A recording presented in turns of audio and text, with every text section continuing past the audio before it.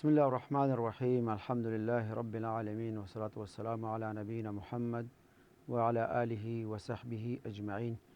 د منګه د ثقافت اسلامي د عقیدې مضمون یا د نړۍ لید مضمون په دې اونۍ کې په دریو یا دا درېیمه اونۍ درس دی.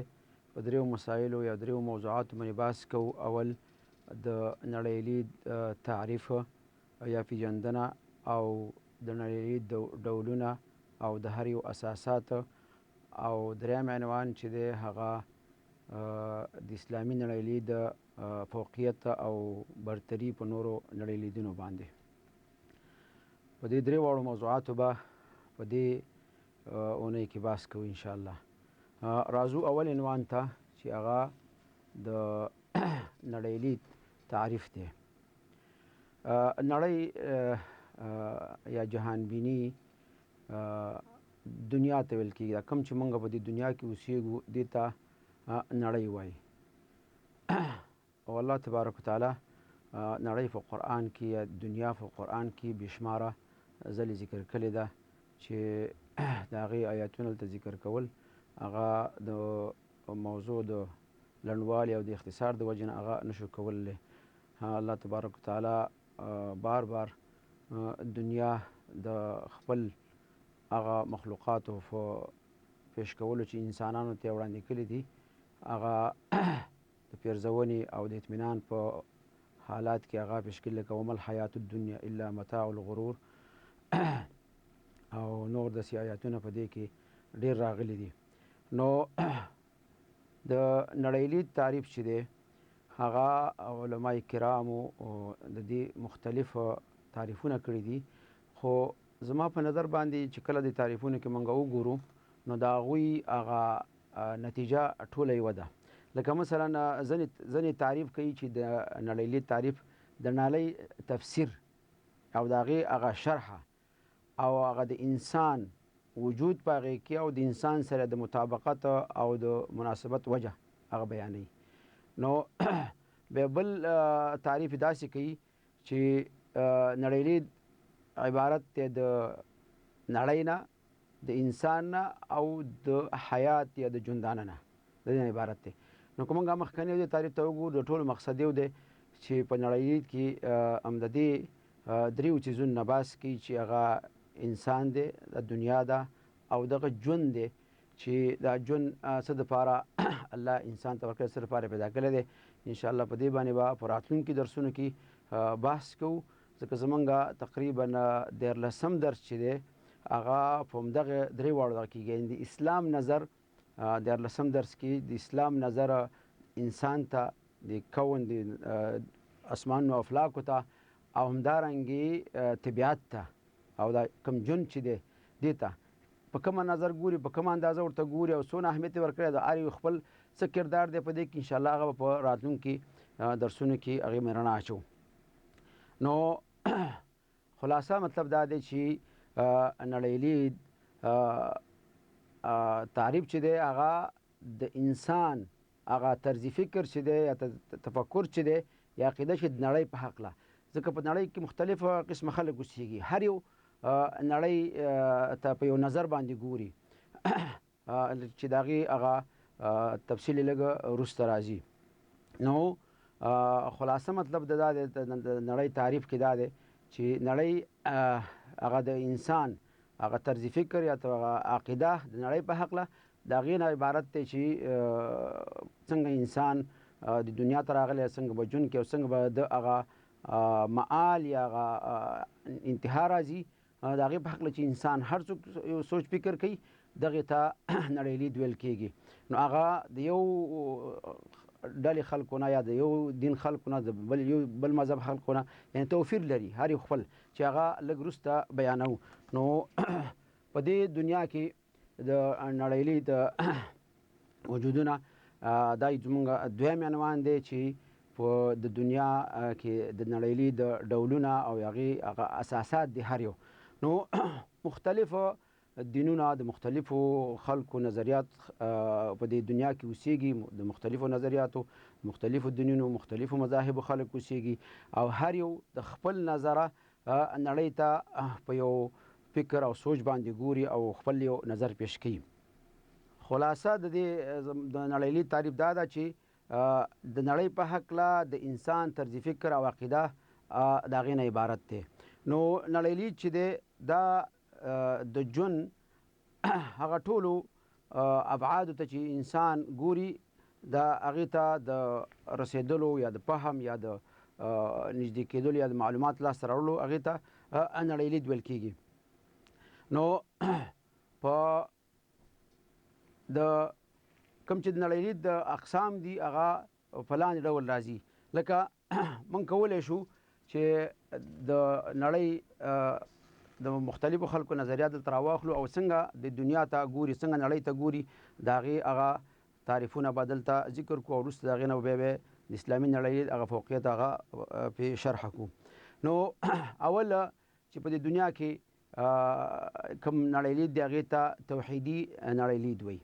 توحیدي نړۍ لید د دې معنا دا ده چې د دې نظریې خلک دا په الله باندې عقیده لري او د دوی ټول نظر په وحدانیت د الله باندې ولاړ دی او په همدغه نظریه باندې ټول شیونه تعقیبوي او د دې د لارې په اشیاو باندې حکم کوي او هغه حقایقو ته رسیږي چې د دې نه ځینې علما په اسلامي نړۍ لید باندې هم تعبیر کوي چې د هغې په تعریف کې ذکر کوي اسلامي نړۍ لید چې دا یو کامل نړۍ لید دی چې د ژوند ټولو ابعادو ته شامل دی، د ژوند ټولو ابعادو ته شامل دی او د دې ته د رسېدو دپاره د هر قسمه وسایلو نه هغه کار اخلي، که هغې کې نقلیات دي لکه وحي، عقل دی او حس دی، دې ټولو ته رسېدلی.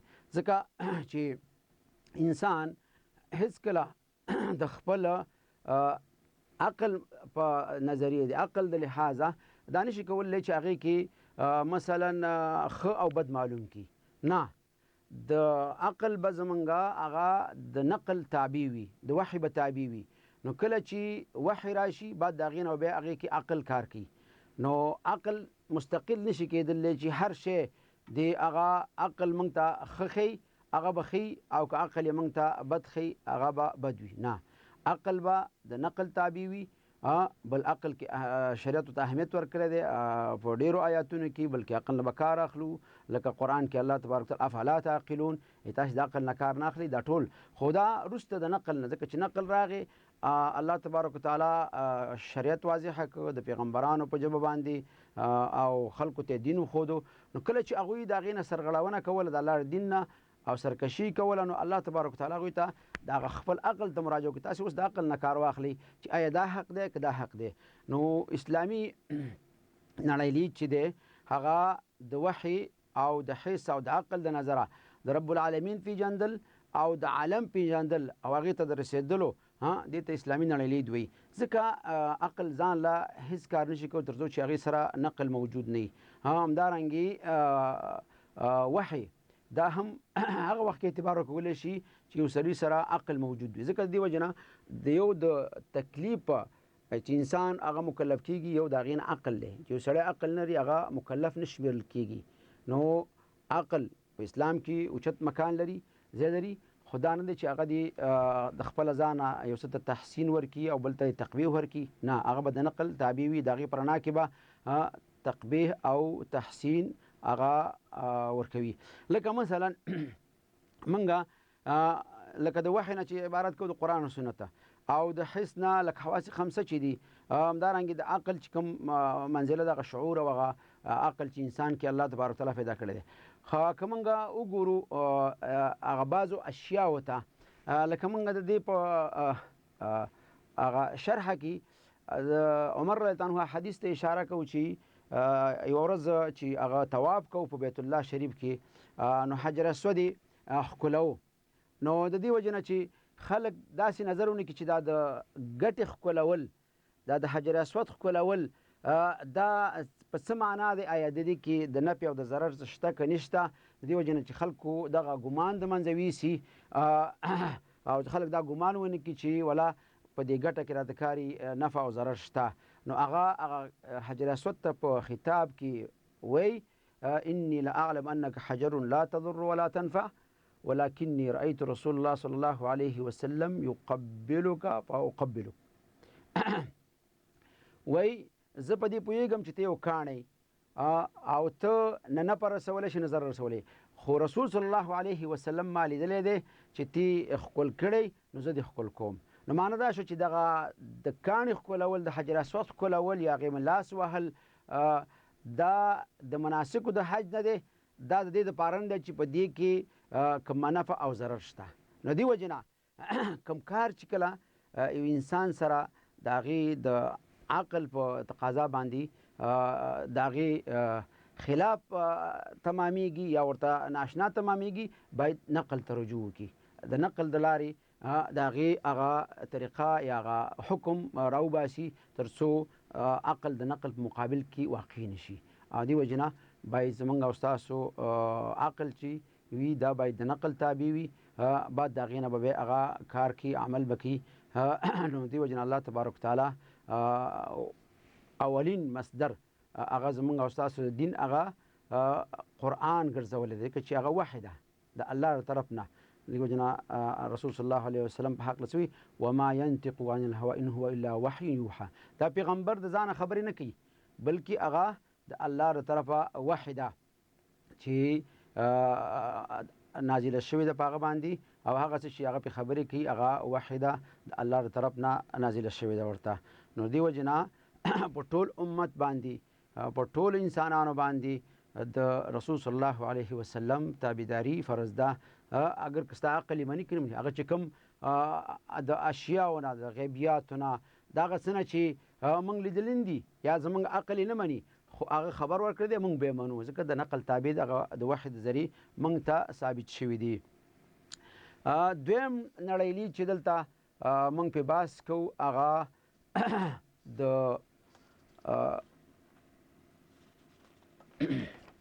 فلسفي نړیلید دی. د فلسفي نړیلید مطلب دا دی چې دا د یونان او هغه منطقو هغه فلاسفو نظریات دي چې هغوی هر څه د عقل د لارې ثابتوي او نقل ته یا وحي ته څه اعتبار نه ورکوي. نو هغوی چې عقل څه ثابت کړه هغه مني، او که عقل څه ثابت نه کړه هغه نه مني او وحي ته اعتبار نه ورکوي. نو دې وجې نه هغوی د الهي دغه لوی نعمت نه محروم دي. نو دا مردوده نظریه ده. لکه څنګه چې مخکې وویله عقل دا په اسلام کې ارزښت لري، خو استقلالیت نه لري چې هر څه دی هغه ثابت کړي او یا هر څه دی هغه نفي کړي، نه، هغه به د نقل تابع وي. نو دې وجې نه لکه وروسته راځي اسلامي نړیلید دا په ټولو باندې فوقیت لري، هغه هم د دې لحاظه چې هغه هم وحي ته او هم نقل ته عقل ته او هم حس ته ارزښت ورکړی دی، خو په خپلو حدودو او ضوابطو سره. نو دلته چې فلاسفو کوم نظریه ده دا د قرآن او سنت نه خلاف نظریه ده، ځکه چې عقل دا استقلالیت نه لري بلکې دا به د نقل تابع وي. دریم نړیلید چې موږ سره دلته دی هغه علمي نړیلید دی. علمي نړیلید د دې نظریې خلک چې دي هغه د ځینو وسایلو په بنا باندې چې کوم معلومات لاسته راوړي هغې باندې هغه معلومات ثابتوي، او کوم وسایلو علمي وسایلو چې کوم معلومات لاسته نه راځي هغه نه ثابتوي. یعنې د دې د پیژندلو او د معرفت معیار چې دغه وسایل او اسباب دي دا کوم چې نن سبا د هغوی په مخ کې دي، نو دوی هم د الهي وحي د رڼا نه محروم دي او هغې ته اعتبار نه ورکوي. نو دا هم یو مردوده نظریه ده چې هر څه دي علم ته الله تبارک وتعالی ډېر ارزښت ورکړی دی، وفوق کل ذي علم علیم. او الله تبارک وتعالی د علم دپاره ډېر علم ته ډېر ارزښت ورکړی دی، او د علم خلک یې هغه په نورو باندې اوچت ګرځولي. هل یستوي الذین یعلمون والذین لا یعلمون، یعنی الله تبارک وتعالی وایي هغه کسان چې علم لري د هغه نور سره برابر نه دي، برابر استفهام انکاري دی. خو مطلب دا نه دی چې هغه څه چې په علم باندې یا په وسایلو یا اسبابو باندې ثابتېږي هغه به ثابتوو او نور چې کوم دي هغه به نه ثابتوو. نه، دا یو محدوده نظریه ده، هم په دې وجه نه چې دغه د الهي الهي وحي د نعمت نه محرومه ده، نو د دې هم دا هم به اعتباره ده او کوم ارزښت په اسلام کې نه لري، ځکه حقیقت ته رسېدلو لار ځان لا علم دغه علمي وسایل نه دي کوم چې نن سبا دوی ته کار اخلي، نه ځینې داسې کارونه دي چې هغه غیبیات دي، وحي ته ضرورت لري، اخبار ته ضرورت لري، او ځینې داسې چې هغه نقل ته ضرورت لري، او ځینې داسې نور اشیا دي چې هغه عقل ته ضرورت لري، نور داسې اشیا دي چې هغه د علم او اسبابو په سر باندې کېږي. نو دې وجې نه دا نظریه هم د اسلام د لحاظه مردوده نظریه ده، ځکه چې هر څه په دغه وسایل او اسباب پورې تړل او دغه ثابتول یا د حق او د ناحق دپاره معیار ګرځول دا صحیح نه ده. څلورم نړیلید چې موږ سره دلته دی دا حسي نړیلید دی. حسي نړیلید دا هم د دې نظر خاوندان چې دي هغه د حس د نظره چې ورته نړۍ ته ګوري او هغوی وایي چې هغه څه چې په حواسو باندې خمسو باندې ثابتېږي هغه ثابتوو او چې نه ثابتېږي هغه نه ثابتوو. عموم د دې دا نظریه چې ده دا د پخواني دهریو یا هغه کسان چې د الله د وجود نه انکار کوي د هغوی نظریه ده، ځکه چې هغوی وایي چې د الله د وجود څخه انکار کوي چې په حواس خمسو باندې هغه نه ثابتېږي. خو نه موږ مخکې په د الله تعالی په توحید باندې د الله په وجود باندې چې انشاءالله دې پسې وروسته درس چې راځي که هغې نه بل درس چې راځي پنځم درس دی غالبا چې هغې کې انشاءالله د الله په وجود باندې هغه دلایل چې پیش کوو هغې کې به دا چې یو د الله تعالی په وجود باندې د حس دلیل دی، د محسوساتو دلیل دی چې هغه به انشاءالله هغې نه بحث کوو. نو دوی صرف حس دی یا حس یا حواس خمسه چې دي هغه په رسمیت پیژني او نور څه ته اعتبار نه ورکوي. نه دا هم لکه د مخکني د هغه د علمي نړۍ لید په شان ته یو محدود چوکاټ کې نړۍ ته کتل دي، دا هم مردود دی او د اعتبار وړ نه دی، ځکه چې دوی د نړۍ په هکله چې کومه نظریه لري هغه په دغه خاصه دایره کې راګیره کړله، بلکې دا خلک دا هم دغه کوي چې مثلا دا انسان چې دی دا یو مترقي حیوان دی نعوذ بالله، او دا مخکې مثلا هغه د اوبو کې هغه چنډخانو اصل او بیا د هغې نه وروسته تورې وکړه او بیا د شادو او بیا د هغې نه وروسته د انسان او دغه د ډاروین یا دغه نورې نظریې چې کوم دي دغه خلک د دغې خلکو نظریه تعقیبوي. دا باطله نظریه ده. اصل انسان دا آدم علیه السلام دی او آدم علیه السلام په حق له الله تبارک وتعالی فرمایي چې هغه ما د خاورې نه پیدا کړی دی. کله چې یهودو د عیسی علیه السلام په پیدایش باندې اعتراض وکړو نو الله تبارک وتعالی ورته د آدم علیه السلام مثال پیش کو، ان مثل عیسی عند الله کمثل آدم خلقه من تراب. وایي تاسو دا ناشنا مه ګڼئ چې عیسی علیه السلام پلار نه لري، د مور نه پیدا دی. دا ناشنا خبره نه ده. تاسې وګورئ مثال د آدم علیه السلام دی، آدم علیه السلام نه پلار لري مور الله پیدا کړی دی. نو کله چې ته د آدم علیه السلام په پیدایش باندې اعتقاد لري نو باید د عیسی علیه السلام په پیدایش کې د هغه په پیدایش باندې اعتراض ونه کړي، ځکه د الله قدرت دا وخت الله تبارک وتعالی څلور قسمه مخلوقات پیدا کړي دي، څلور ډوله. اول آدم علیه السلام چې پلار لري مور لري، دویم عیسی علیه السلام چې د مور نه پیدا لري پلار نه لري، او دریم د حوا د زمونږ مور حوا بیبي یا حوا علیه السلام چې هغه د آدم علیه السلام د چپې پختۍ نه پیدا وه، الله کن فیکون سره پیدا کړله او بیا یې وله ښځه وګرځوله. او څلورم قسم مخلوقات چې هغه د عام مخلوقات چې د مور او پلار نه پیدا کېږي. دا د الله د هغه قوت او قدرت علامه ده چې موږ ته په قرآن کریم کې ثابت کړله چې په دې طریقه باندې زه مخلوقات پیدا کولی شم او بیرته ستا اعاده هم په دغه طریقه باندې کوم چې ته به بېرته د قبر نه هم راپاڅېږي او ورځ د قیامت کې محشر ته او هلته به حساب کتاب تا سره کېږي. نو دا ټول نظریات دا عقاید دلایل موږ ته دا ثابتوي چې د حق ثابتول یا د یو شي ثابتول دا په یو څیز باندې محدود نه دي، بلکې دا ټول وسایل اسباب دي.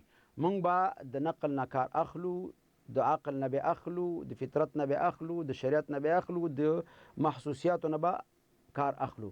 خو دا ونه کوو چې صرف چې څه محسوساتو یا په خواص خمسه باندې پیژندل کېدل یا هغه په رسمیت پیژندل موږ به پیژنو او که نه پیژنو که هغه به نه پیژنو، دا غلطه نظریه ده، صحیح نظریه نه ده. د دې وجې نه د دې خلکو کوم چې دغه نظریه لري یا د حسي نړیلید نظریې والا، دوی دنیا او انسان ټول بې هدفه ګڼي چې دا یو بې هدفه شی دی. او لکه څنګه چې دنیا کې واښه رازرغونېږي یا مثلا داسې ګیا رازرغونېږي او بېرته د منځه ځي، نو دارنګې انسان هم داسې دی، دنیا هم داسې یو تصادفي شی دی منځته راغلی دی او دا به بېرته ورکېږي. نو دا ټول نظریې چې دي دا د عقل نه خلاف دي او د نقل نه خلاف دي، بلکې الله تبارک وتعالی چې انسان پیدا کړی دی هغه د خپل عبادت لپاره پیدا کړی دی. که الله په قرآن کې وایي وما خلقت الجن والانس الا لیعبدون، ما انسانان فیریان د خپل عبادت د پیدا کړي، دا ما عبس نه دي پیدا کړي، بلکې مقصد زموږ دا دی چې دوی د الله عبادت وکړي او د دنیا آبادي وکړي. نو اولین مخلوق چې دی هغه آدم علیه السلام دی، نه دا چې دوی کوم تصادفي او یا کوم بله پدیده نظر پیش کوي، دا هم د عقل او نقل نه خلاف دی. د دې نه وروسته زمونږ دریم عنوان راځي چې د اسلامي نړیلید په دې نورو نړیلیدونو باندې فوقیت او برتري. د اسلامي نړیلید د فوقیت او برتري دا په ډیرو دلایلو باندې ثابته ده چې موږ خلاصه دلته په درې څلورو دلایلو کې ذکر کوو. اسلامي نړیلید د نورو نړیلیدونو باندې فوقیت په دې وجه لري چې دا ډېر ځانګړتیاوې لري. اسلامي نړۍ ډېر ځانګړتیاوې لري او په دې کې ډېر هغه شیان چې انسان ورته اړتیا لري هغې ته دروازه کولاو کړې ده، د هغې نه استفاده کولی شي او دا د ترقۍ او د پیشرفت دپاره یوه مهمه عقیده ده یا یو مهم نړیلید دی چې د ډېرو پرمختګونو ته لار برابروي او کولی شو موږ د دې په رڼا کې ډېر پرمختګونه وکړو. لکه مثلا اسلامي نړیلید چې دی اولنۍ ځانګړتیا دا ده، اسلامي نړیلید ځانګړتیا دا ده چې د انساني معرفت دپاره دا د ټولو وسایلو څخه کار اخلي، لکه حس شو، عقل شو، نقل شو. لکه مخکې موږ دا یادونه وکړه چې ځینې صرف د حس چې څه رسمیت ځینې چې عقل څه په رسمیت وپېژني هغه ثابتوي، خو نه اسلامي نړیلید چې دی د درې واړو ته اعتبار وکړي، عقل ته هم اعتبار ورکړي، نقل ته هم اعتبار ورکړي او وحي ته هم اعتبار ورکړي او دا ټول د یو بل سره لازم او ملزوم ګڼي. که وحي نه وي نو موږ ته دغه د عقل منې چې یو شی ښه وګڼو بد وګڼو دا نشي ثابتېدلی. نو اول وحي راغله، د وحي په چوکاټ کې موږ ته ښه او بد هغه ثابت شولو. که موږ یو مثال راواخلو چې هغه موږ د هغې ښه او بد په باره کې، نو موږ ته به ډېر واضحه شي چې اسلام ورته ښه ویلی دي او که اسلام ورته بد ویلی دي، نو باید عقل هم دغه تقاضا کوي. دې وجې نه علما ذکر کوي چې صحیح عقل دا د نقل خلاف نه وي. د چا عقل چې صحیح وي هغه د نقل خلاف نه کوي هېڅکله، بلکې هغه عقل تسلیم وي. او کوم چې عقل کې کږوالی، عقل کموالی، نو هغه بیا د نقل خلاف کوي. لکه مثلا موږ که چېرته وویو لکه دا د غلا مثال چې دی، یو سړی غلا کوي، که موږ د یو عاقل انسان نه تپوس وکړو چې دا غلا چې ده آیا دا ښه کار دی که بد کار دی، که هغه مسلمان هم نه وي نو هغه به تا ته ووایي چې دا بد کار دی یا بد اخلاق دی یا بد کار دی. نو بیرته راشه نقل ته رجوع وکړه چې نقل موږ ته څه ویلي دي، یعنې وحي موږ ته څه ویلي دي. وحي موږ ته دا ویلي چې سرقه یا غلا چې دا حرامه ده. ولې؟ ځکه چې دا د انسان د بل چا مال په غیر شرعي طریقه باندې لاسته راوړل دي، او دا الله تبارک وتعالی حرام کړي. رسول صلی الله علیه وسلم حدیث کې فرمایي المسلم علی المسلم حرام دمه وماله وعرضه. یو مسلمان په بل مسلمان باندې وینه پې حرامه ده، مال پې حرام دی، او عرض او ابروی پې حرامه ده. نو اوس یو سړی د بل نه مال غلا کوي، پټوي، نو مطلب دا چې دا طریقه غیر شرعي طریقه ده، دا حلال ده. نو عقل هم دا تقاضا کوي، که هغه سړی کافر هم وي، مسلمان نه وي، نو هغه عقل هم تقاضا کوي دغه دی. نو د دې وجې نه موږ ته دا ظاهره شو چې اسلام چې دی د دې د انساني معرفت دپاره ټول وسایل او اسباب هغې ته دروازه کلاو کړې ده، او د هغې د لارې کولی شي دغه ټول اسباب او وسایل او هغه معلومات لاسته راوړي چې دا د پرمختګ اهم عامل ګرځېدی شي. په دې کې د کم شي نه استفاده دا حرامه نه ګرځي تر څو چې د شریعت سره په هغې کې کم ټکر نه وي. دا یې اوله ځانګړتیا. دویمه ځانګړتیا دا ده چې اسلامي نړۍ چې دی په دې کې هر یو جواب یا هر یو مشکل یا هر یو سوال چې انسان سره پیښیږي هغې ته جواب وي، او دغه جواب هغه د مستفتي یا دغه سائل په هغه کوم جواب چې اسلام ورکوي په هغې باندې د هغې تنده ماتېږي، او د هغه ذهن پې کولاویږي، او هغه سر یې پې کولاوي، هغه مسله باندې پوه کېږي، او هغه صحیح لارو ته ښیي. موږ د دې دپاره چې دا مسله ښه روښانه شي یو مثال ذکر کوو. لکه مثلا الله تبارک وتعالی موږ ته دا خیال دی چې یو سړی نه ګناه وشي، نو هغه به توبه وباسي، الله ته به توبه وباسي، 2 رکعاته لمونځ به وکړي، الله ته به توبه وباسي چې دا عمل به زه بیا نه کوم، الله یې توبه قبلوي. اوس که راواخلو دغه په نور ادیانو کې یا په نورو مذاهبو کې، نو په مختلفو ادیانو کې د دې توبې دپاره مختلف نظریات دي. که موږ د نصرانیت دین ته ورشو، نو هغوی وایي چې یو سړي ګناه وکړله، نو هغه دې لاړ شي کلیسا ته، او کلیسا کې دې مثلا $50 جمع کړي، یا د دې په اندازه هغه پیسې دې جمع کړي، او هغه ته به یو ورقه ورکړی شي، هغې ته سک الغفران وایي، هغه د بخښنې سک هغه به ورته ورکړي، او بعد د هغې نه هغه ته هغه ګناه معاف کېږي. نو اوس که راشو چې انسان نه پوښتنه وکړو چې آیا دا ګناه معاف کول دا د انسان حق دی او که دا د رب العالمین حق دی؟ نو هغه به چې د عقل نه کار واخلي، نو هغه به خامخا دې ته ذهن ورسېږي چې دا د رب العالمین حق، ځکه انسان نشي کولی، ځکه دا ګناه ده، او ګناه د الله پورې مرتبطه ده. نو چې الله چاته ګناه معاف نه کړي، انسان چاته نشي کولی. نو که چېرته یو حق د انسان وي، حقوق الله وي، نو هغه که انسان یې معاف کړي، نو الله په هغې کې کار نه لري، هغه انسان پورې، لکه یو حقوق الله دي، حقوق العباد دي. خو کوم چې ګناهونه دي هغه د الله پورې تعلق لري، الله به معاف کوي، او الله به د هغې بدله او سزا ورکوي انسان ته.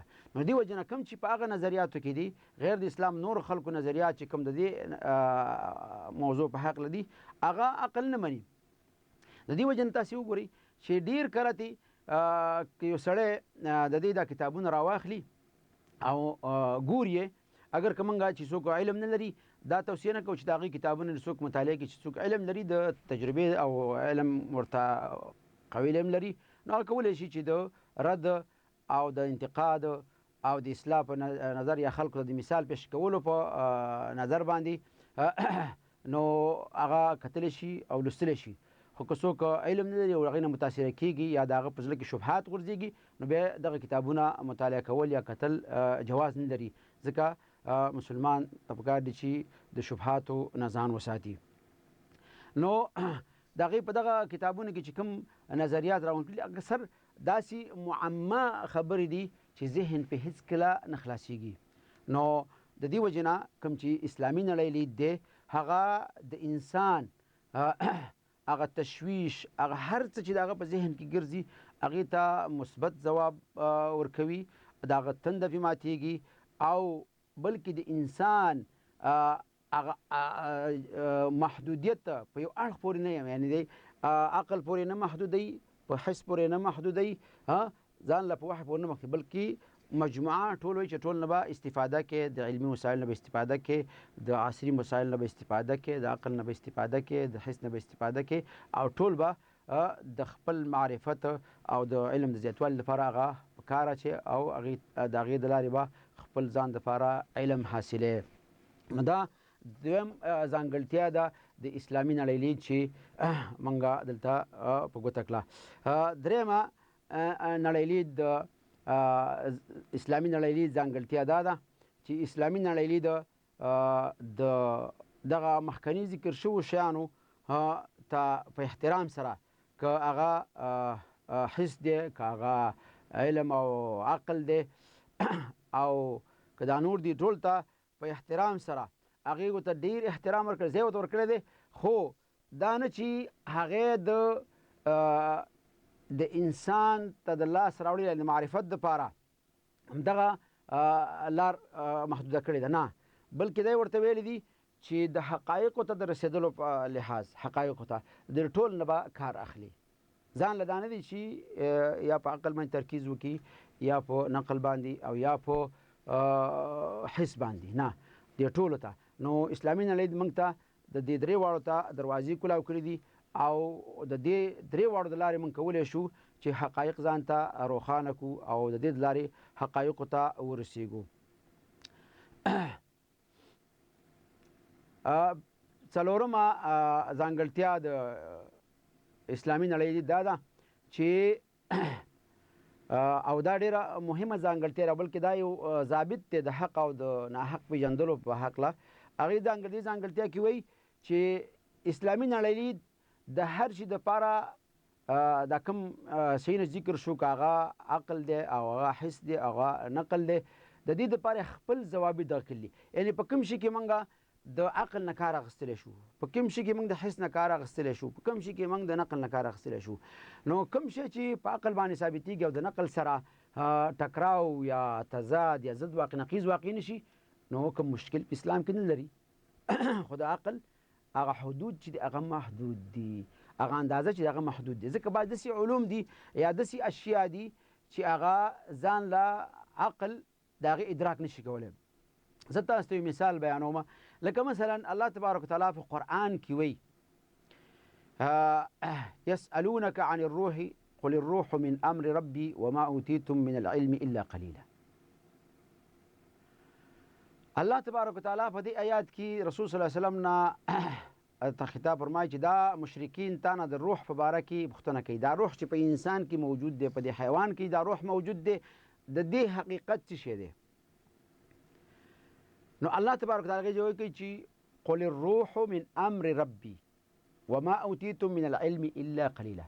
دا روح دا د الله په امر باندې انسان کې یا حیوان کې اچول کېږي او بیرته د الله په امر باندې هغه ته اخیستل کېږي او بیرته ترې وځي.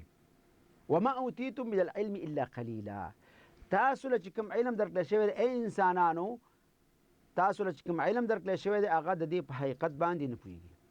اوس که ته ډاکټرانو یا خلکو نه پوښتنه وکړي چې دا روح څه شی دی، څوک به وایي دا وینه ده، څوک به وایي دا اکسیجن دی، څوک به وایي دا فلانی شی دی، خو حقیقت دا دی چې روح د الله امر دی، د الله امر باندې په بدن کې داخلیږي او بیرته وځي. دیو جنا حدیث شریف کې راځي کړي چې د مور په خېټه کې ماشوم 4 میاشتې ورسېږي، الله ورته ملایک رالیږي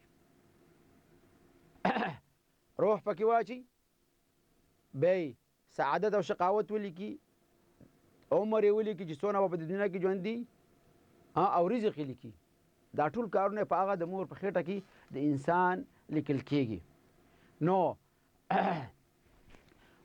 اوس دغه چې هر څه د هغه وخت نه الله تبارک وتعالی موږ ته معین کړي دي او لیکلي دي، او الله هغه وخت نه دغه روح په انسان کې اچوي. اوس د دې په باره کې چې دا حقیقت معلوم شي، نو دا علم چې انسان سره موجود دی دا د دې په حقیقت باندې نشي پوهېدلی. ځکه الله قرآن کې دې آیات کې آخر څه وایي وما اوتیتم من العلم الا قلیلا. تاسو ته چې کوم علم درکړی شوی دی هغه د دې په حقیقت باندې نه پوهېږي، ځکه دا علم هغې درجې ته دی چې رسېدلی چې ځکه دا علم دلته محدود دی. اوس علم ټول خلک ډاکټران لرو، پروفیسران لرو، قسمه قسم پوهه خلک لرو، خو هغه چې د دې په حقیقت باندې پوه شي هغه علم انسان سره نشته. دا د الله حکم دی او د الله په امر باندې چلیږي. نو د دې وجې نه د علم اندازه په دې وخت کې دا محدوده ده، اندازه معلومه شوله چې محدوده. همدارنګې د عقل یو سړی وایي چې زه عقل چې ثابتوي هغه منم. مونږ ویل نه، عقل دا محدود د دې شی نه چې هغه غیبیات دي، ستا عقل به هغه نه مني، خو چې کله د وحی راله او وحی ثابته کړه ستا عقل به ورته تسلیمیږي. ځکه دا ایمان ویؤمن د مؤمن صفاتو کې چې راځي، مؤمن صفاتو کې راځي ویؤمنون بالغیب، دی به په غیب باندې ایمان لري. همدغه دي چې غیبیت ایمانیات دي، په الله ایمان دی، په ملایکو ایمان دی، په ورځ د آخرت ایمان دی، په پیغمبرانو باندې ایمان دی، په تقدیر د خیر او شر باندې ایمان. دا ټول غیبیات دي. ملایکې مخلوق دی، موږ نوراني مخلوق دی، خو هېچا نه دی لیدلی. نبي صلی الله علیه وسلم سره جبریل علیه السلام 2 ځلې په خپل شکل معلوم، خو نور ملایکې نه لیدلي. نو دا هغه حقیقتونه دي چې هغه ضابط د دغې علومو چې دی، که د حس دی، که د نقل دی، که د عقل دی، دا محدود دی. نو دې وجې نه موږ په اسلام کې وایو چې د هر شي دپاره چې کوم موږ ته استفاده کولی شو، که هغه عقل دی د هغې هغه حد هم اندازه ټاکلی شوې ده. یعنې په کوم اندازه کې موږ عقل کار اخیستلی شو، کوم اندازه کې نشو اخیستلی. اوس که اوس وایي چې زه د عقل په هر شي کاروم، نو ډېر خلک موږ داسې ولیدو، دې وجې نه هغې ته دا د عقلانیینو مدرسه چې ورته وایي، یا مثلا د هغه خلکو چې هغوی عقل په نقل باندې تقدیموي او چې هغه څه چې عقل ثابتوي ثابتومه، او چې عقل نه ثابتوي زه یې نه ثابتومه. نو دغه نظر ځکه مردوده، ځکه چې په ډېرو شیونو کې عقل هغه حقیقت ته نشي رسېدلی تر څو چې نقل هغې ته خبر، خاص کر غیبیاتو کې. لکه نبي صلی الله علیه وسلم د کوم ملایکو ځینې صفات چې ذکر کوي، نو هغه که ډېر خلک داسې ووایي چې مثلا د هغه زما عقل خو داسې نه مني چې داسې مخلوق دی موجود وي. نو نبي صلی الله علیه وسلم جبریل علیه السلام په هکله فرمایي چې جبریل علیه السلام یې ولید 600 وزرې لرلې، 600 وزرې الله ورته دونه قوت ورکړی. یعنې دغه یو مخلوق د الله تبارک وتعالی دی. اوس که ستا عقل یې مني که نه مني، خو دا نقل کې صحیح حدیث کې ثابت دی، باید ستې تسلیم کړي. نو دې وجې نه د عقل چې کوم حدود دي هغه معلوم دي په شریعت کې. د نقل کوم حدود چې راغلي دي او الله تبارک وتعالی هېڅ داسې کار انسان ته نه دی پیش کړی چې د هغه عقل دی هغه قبول نه کړي. یو ماته ویلی چې یو داسې عقل دی چې هغه عقل پوره نه دی یا کم دی یا صحیح عقل نه لري. دې وجې نه علما دا ذکر کوي چې صحیح عقل چې دی هغه د نقل سره خلاف هېڅکله نه واقع کېږي، بلکې هغه عقل چې کمزوری او عقل کې مشکل لري، نو هغه به د نقل خلاف کوي او د وحی خلاف کوي، او هغه چې غیبیت ثابت دي د هغې نه خلاف کوي، د هغې نه انکار کوي. معتزله یوه فرقه یوه ډله تېره شوې ده چې هغوی به اکثر په دې شیونو کې عقل ډېر استخداموو. مسلمانانو یوه طایفه ده هغوی به عقل ډېر استخداموو، دې وجې نه هغوی ته د عقلانینو مدرسه وي. دې وجې نه هغوی په ډېرو بعضې غیبیاتو باندې هغوی به ایمان نه لري، یا به انکار ترې کوي، یا به هغه داسې عقیده پکې ساتله چې هغه د اسلام د نظریاتو یا د اهل سنت والجماعت د نظریې سره خلاف وه. دې وجې نه موږ دا ویو چې اسلامي نړۍ چې دی دا د هرې پدیدې دپاره که هغه حس دی، علم دی، عقل دی، د هغې اندازه معلومه شوې ده، باید همغه اندازه ته هغې نه کار واخلو. په دې کې به نه افراط نه کار اخلو او نه تفریط نه. په اسلام کې افراط او تفریط نشته، بلکې هر شی په خپل اندازه باندې هغه به استخدامو او هغه حقیقت ته به د هغې په اندازه باندې رسېږو. دا نه چې یو بل په بل باندې غلبه ورکو او هغه بل بالکل د کار وغورځو او یا ته استفاده ونه کړو. نه، اسلامي نړۍ چې دی هغه هر شي ته، هر پدیدې، هر علم یا هر دغه د معرفت لارې چې دي هغې ته احترام ساتي، خو د خپل شروط او ضوابطو په اندازه باندې، لکه څنګه چې ما مخکې د هغې یادونه وکړه. نو دې وجې نه زمونږ د نن ورځې دا درس چې دی په دې ځای باندې که ختموو. خلاصه دا ده چې موږ په 3 شیانو باندې بحث وکړو. اول د نړۍ لید تعریف، بیا د نړۍ لید ډولونه او د هغې هر یو اساسات هغه او مهم عناصر چې د هغې یو عقیده هغه هم بیان کړله، او دریم چې دی هغه د اسلامي نړۍ لید فوقیت او برتري د هغې دپاره هم یو څو ځانګړتیاوې او خصوصیات بیان کړه چې په نورو ادیانو باندې یا نورو نړۍ لیدونو باندې اسلامي نړۍ لید څونه برتري او دغه لري دا فوقیت لري هغه د دغې لحاظه چې هغه موږ بیان کړ. په دې سره زموږ د نن ورځې درس ختم شو. الله دې وکړي چې موږ پرې پوه شوي. وصلی الله تعالی علی خیر خلقه محمد و آله وصحبه اجمعین.